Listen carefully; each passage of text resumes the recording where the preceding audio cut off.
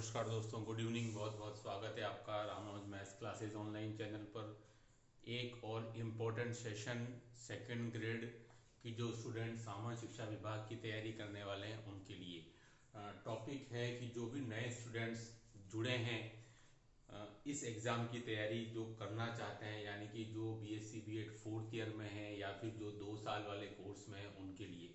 देखिए स्टूडेंट, बहुत ही स्वर्णिम अवसर है आपके लिए जो स्टूडेंट फोर्थ ईयर में पढ़ रहे हैं कि ऐसा बहुत कम मौका मिलता है कि आपकी डिग्री पूरी करते करते ही जो है आपका सिलेक्शन हो जाए और आपको जो है बिना कोई ज़्यादा वेट किए और आप सीधा आपकी जॉब को प्राप्त कर लो।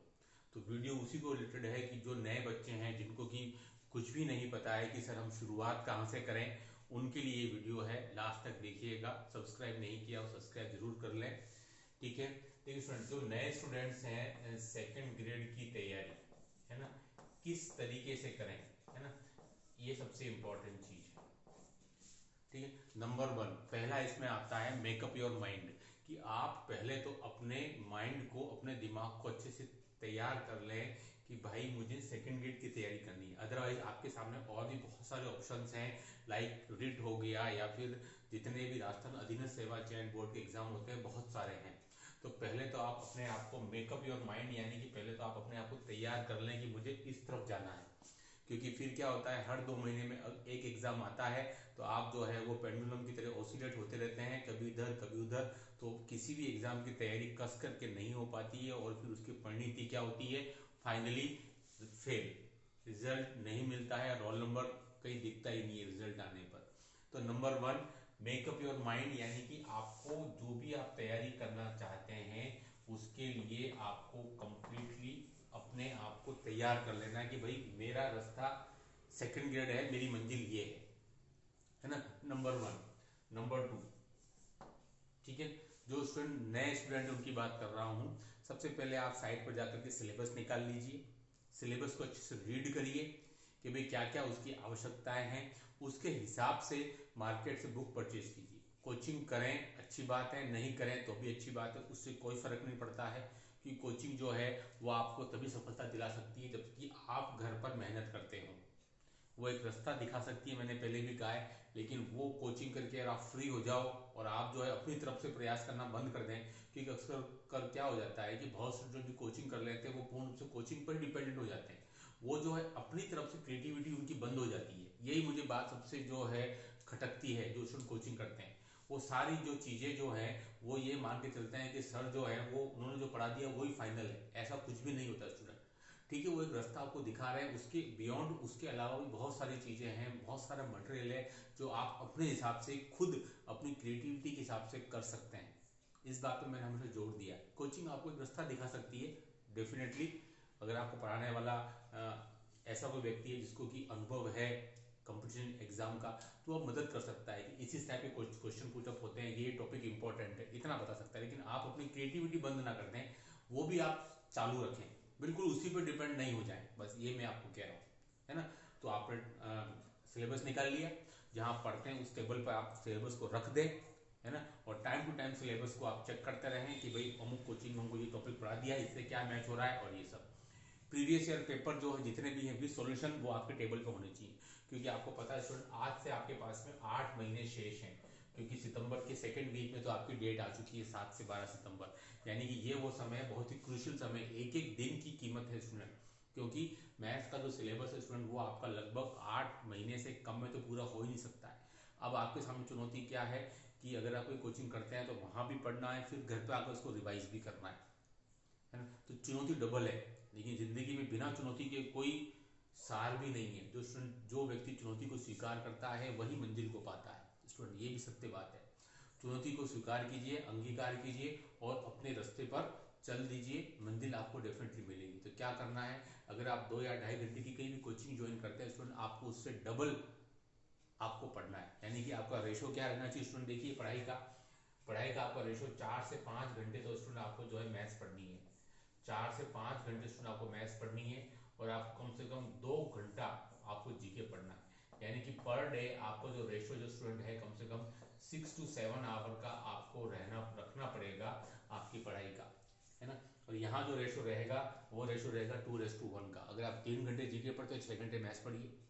2.5 घंटे जीके पढ़ते तो 5 घंटे मैथ्स पढ़ ली, ठीक है। और एक बात, भले ही संस्कृत शिक्षा विभाग का पेपर थोड़ा सरल आ गया तो आप ये बात बिल्कुल दिमाग में मत बिठा लीजिए, क्योंकि दिमाग में क्या होता है, हम परसेप्शन बहुत जल्दी क्रिएट कर लेते हैं कि सर इस बार पेपर बहुत सरल आया है तो हम जो है जीके टफ आ गए तो हम जीके ही पढ़ते जा रहे हैं। स्टूडेंट ऐसा बिल्कुल मत कीजिए, मैं फिर कह रहा हूँ, संस्कृत शिक्षा विभाग के पेपर का सामान्य शिक्षा विभाग के पेपर से कोई लेना देना नहीं होता है ना। तो आप किसी भी प्रकार का कोई पूर्वाग्रह दिमाग में बिल्कुल मत बिठाइए। मैं साफ कह रहा हूँ कि कई सारे स्टूडेंट से बात हुई है तो वो स्टूडेंट जो है, सर हमारा मैथ्स तो अच्छा है, 150 नंबर आ रहे हैं, सर जीके में कम है, मतलब जीके ही पढ़ रहा हूँ।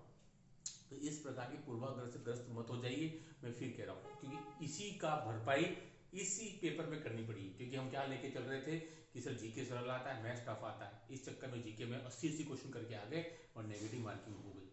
वो सब पूर्वाग्रह वाली चीजें होती है, वो सब चीजें स्टूडेंट यहाँ नहीं चलती हैं, है ना। कंपटीशन एग्जाम में हर दिन नया होता है, हर शुरुआत जीरो से ही होती है ना। कंपटीशन एग्जाम के इस बात को मान के चलिए। तो सामान्य शिक्षा विभाग के पेपर से, इस पेपर का कोई लेना देना नहीं है। हमको केवल ये सीख मिली है इस पेपर से कि हाँ भाई पेपर सरल भी आता है, आप 40% बिना किसी ज़्यादा टेंशन के बना सकते हो।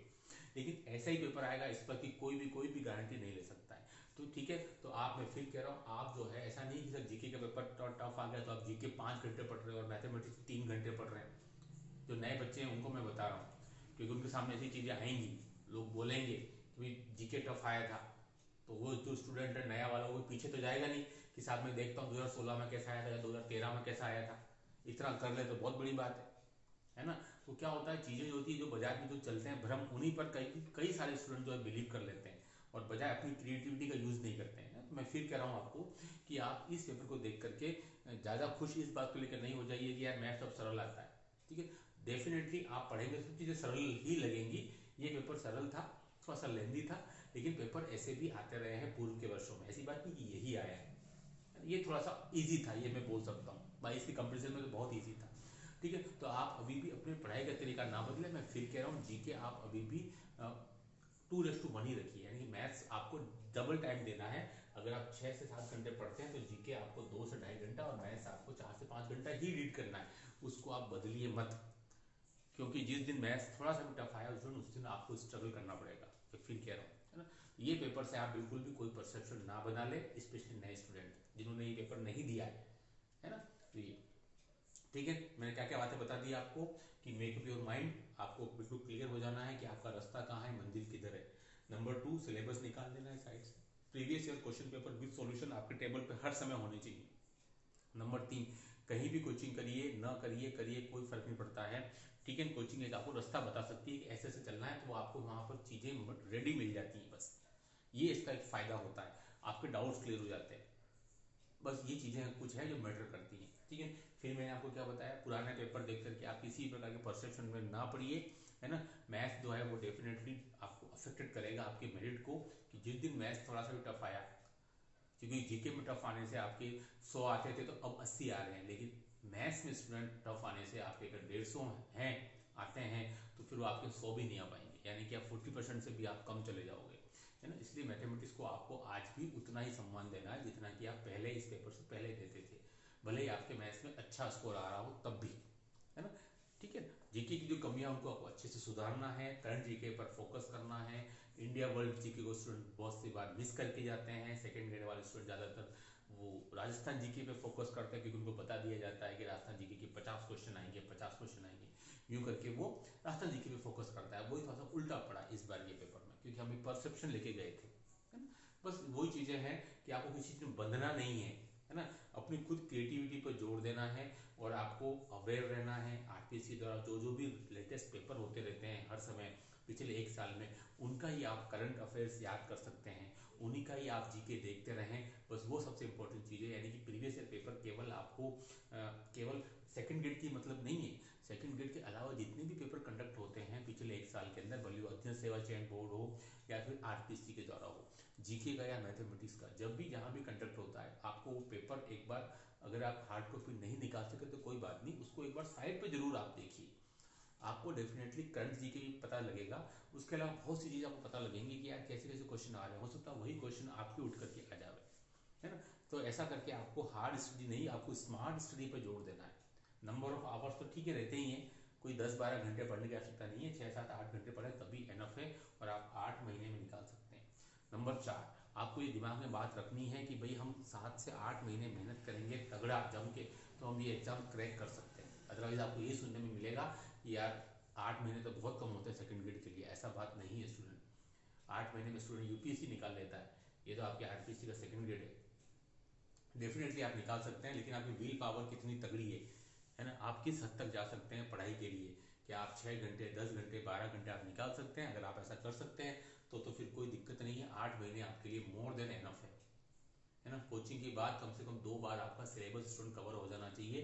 प्रैक्टिस पर बहुत ज़्यादा जोर देना है आपको, प्रैक्टिस बस, रिवीजन और प्रैक्टिस, ये दो ही चीज़ें जो मैथ्स में आपको बचाएंगी, है ना। ये दो चीज़ों को विशेष ध्यान दीजिए स्टूडेंट। जो नए स्टूडेंट्स हैं जिनको ज़्यादा नहीं पता है, कि जो स्टूडेंट पहले के हैं उनको तो पता है, वो अपनी गलती से सीख लेते हैं, लेकिन जो नया स्टूडेंट है जो फर्स्ट टाइम जाएगा उसके पास गलती करने की गुंजाइश नहीं है, क्योंकि 24 का एग्जाम अगर आप क्रैक नहीं कर पाएंगे तो सीधा फिर चुनावी वर्ष 27-28 तक चला जाएगा, यानी कि मामला 4 साल लंबित, है ना। वो आप अफोर्ड नहीं कर सकते स्टूडेंट, ठीक है। तो आपको क्या करना है, गलतियां वहां जाके कम से कम करनी है, नहीं करनी है वो बहुत बात की बात है, लेकिन आपको तैयारी कैसे करनी है उस पर डिस्कस हम कर रहे हैं, ठीक है। मटेरियल कम से कम रखिए। एक किताब को 10 बार पढ़ना है, 10 किताब को एक बार नहीं पढ़ना है। मैं फिर कह रहा हूँ, ये कोचिंग की नोट्स वो कोचिंग की नोट्स कतई आवश्यकता नहीं है। जहाँ भी आप कोचिंग जा रहे हैं उस पर विश्वास रखें, विश्वास हो तभी जाए, है ना। अगर इधर उधर घूमते रहेंगे तो कुछ ज़्यादा मिलने वाला नहीं है। एक दो किताबें मार्केट की रख करिए, उसी को रिपीट करते रहिए। वही जीके में ऑलमोस्ट सभी किताबों में सेम लिखा रहता है। मैथ्स की भी सभी किताबें जो आईआईटी जेईई लेवल की है, एनडीए लेवल की है, सभी में सेम लिखा हुआ है, कोई ज़्यादा अंतर नहीं है किसी भी कंटेंट में। तो आप बहुत ज़्यादा किताबें फैला करके और कोचिंग के नोट्स इधर उधर कंटेंट इकट्ठे करते रहेंगे, समय बर्बाद कर देंगे, क्योंकि 8 महीना बहुत कम समय होता है। अगर आप अपनी तैयारी को ढंग से मैनेज नहीं करेंगे तो बाद में स्ट्रगल करना पड़ेगा। अदरवाइज लास्ट में के 2 महीने में क्या हो जाएगा कि आप मैथ्स का 50% सिलेबस ही करेंगे, बाकी सब छोड़ देंगे। क्यों? क्योंकि आपको लगेगा कि यार मेरे को रिविजन नहीं हुआ है, कॉन्फिडेंस नहीं आएगा। तो कॉन्फिडेंस आए उसके लिए बहुत ज़रूरी है कि आप पहले से सिलेबस को छांट लीजिए 2-3 महीने पढ़ने के बाद में कि यार ये अमुक टॉपिक मुझसे होगा कि नहीं होगा, नहीं तो अदरवाइज एग्जाम में जाने के बाद आप सब नेगेटिव मार्किंग करके आओगे, है ना।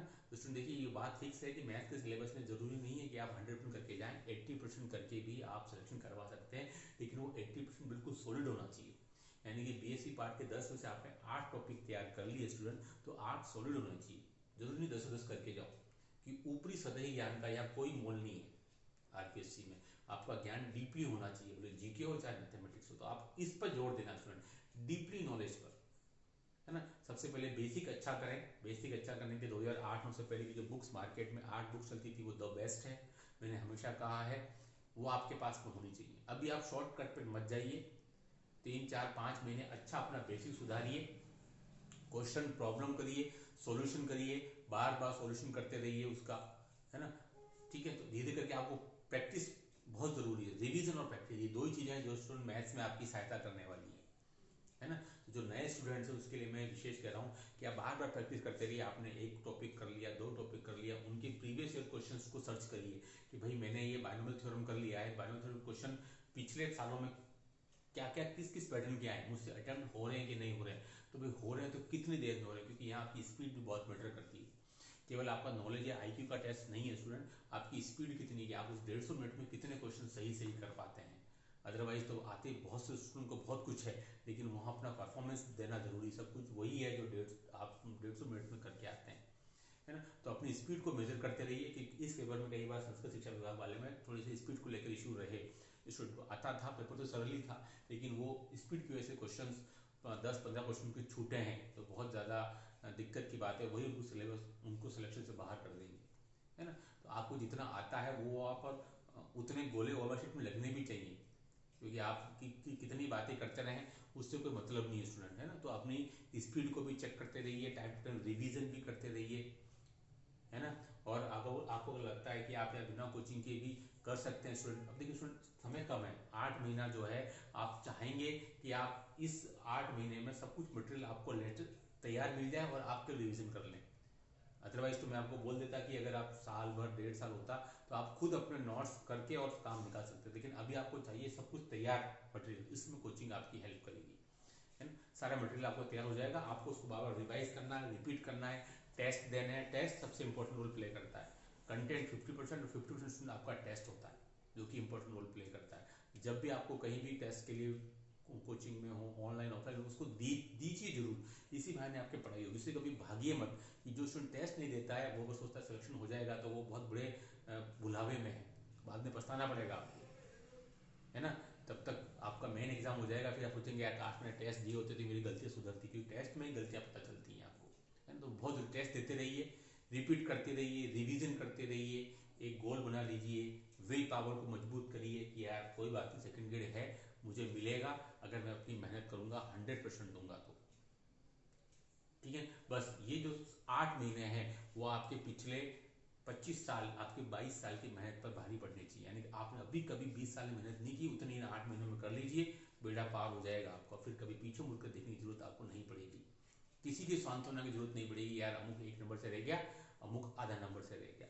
इतनी जम के मेहनत करिए कि आप जो मेरिट है उससे 270 280 नंबर तक पहुंच जाए, ताकि आपको कोई दिक्कत नहीं आए किसी से पूछने की यार मेरिट कितनी जाएगी, है ना। 270 280 पेपर जो ऑलमोस्ट ठीक ठाक से आता है, उसमें तो कोई दिक्कत ही नहीं है सामान्य शिक्षा विभाग में, है ना। तो इसलिए बहुत छोटी छोटी चीज़ें थी, जो नए स्टूडेंट्स हैं वो इन बातों को विशेष ध्यान रखें मेरे इस वीडियो को, कि आप अपनी तरफ से अपनी क्रिएटिविटी का यूज़ करके और आप बेसिक पर विशेष ध्यान दें। बेसिक पर अगर आप ध्यान देंगे तो आप उन ओल्ड क्वेश्चन को भी एग्जाम में कर पाएंगे, जो 10 में से 9 लोग ही करते हैं। 9 लोग उन ओल्ड क्वेश्चन को नहीं कर पाते हैं और एक कर पाता है। तो ऐसे क्वेश्चन को पकड़ने के लिए आपका बेसिक सॉलिड होना चाहिए, बेसिक पर बहुत ध्यान दीजिए, है ना। ज़्यादा उसमें मत रहिए, क्या कहते हैं उतावलेपन में, यार सिलेबस खत्म करना है, यार सिलेबस तो ठीक है हो जाएगा, लेकिन सिलेबस आपने किस क्वालिटी से खत्म किया वो इंपॉर्टेंट है, कितना खत्म किया वो कभी इंपॉर्टेंट नहीं होता, है ना। मैथमेटिक्स की विशेषता क्या है कि आप कैसे करते हैं वो इंपॉर्टेंट है, कितना करते हैं वो उससे कोई मतलब नहीं है मैथमेटिक्स के अंदर। तो आपका उतावलापन कभी सिलेबस को लेकर नहीं होना चाहिए कि यार अभी तो मेरा सिलेबस 50% बाकी है, जो 50% कर लिया उसकी क्या स्थिति है वो आपको पता होनी चाहिए। जब भाई मेरिट तो 50 से 60 कभी नहीं गई 60 कभी नहीं गई है मेरिट तो 500 में से 55% भी नहीं जाती, 52 के लमसम ही घूमती रहती है। तो फिर क्यों टेंशन पालनी, जो आपने कर लिया उसको लेकर के टेंशन लो कि साहब 30% सिलेबस कर लिया, 30 की क्या स्थिति, 70 के पीछे भागते रहते हैं पर, है ना। तो इन चीज़ों को बहुत ध्यान रखिए, छोटी छोटी चीज़ें हैं लेकिन आपके लिए मैटर करेगी। नए स्टूडेंट हैं उनके लिए आई होप कि वीडियो आपके लिए उपयोगी रहेगा, कमेंट्स का इंतजार रहेगा। ये मटेरियल है जो बहुत ज़्यादा पसंद किया जा रहा है, 99 रुपीज़ के अंदर 1600 question with solution, 600 question test series के साथ में। और हमारे यहाँ 6 तारीख से नया बैच भी शुरू हो रहा है, 6/25 से तीसरा बैच है, ऑलमोस्ट अगर तो छठा बैच है, तीसरा बैच, इसमें 2 बैच ऑलरेडी चल रहे हैं, तो ये बात में मेरी क्लास लगती है, 6/25 से नया बैच चालू हो रहा है। जो भी आपको क्वेरीज है इस नंबर पर आप मुझे व्हाट्सएप से पूछ सकते हैं। इस वीडियो में इतना ही, do like subscribe, okay thanks.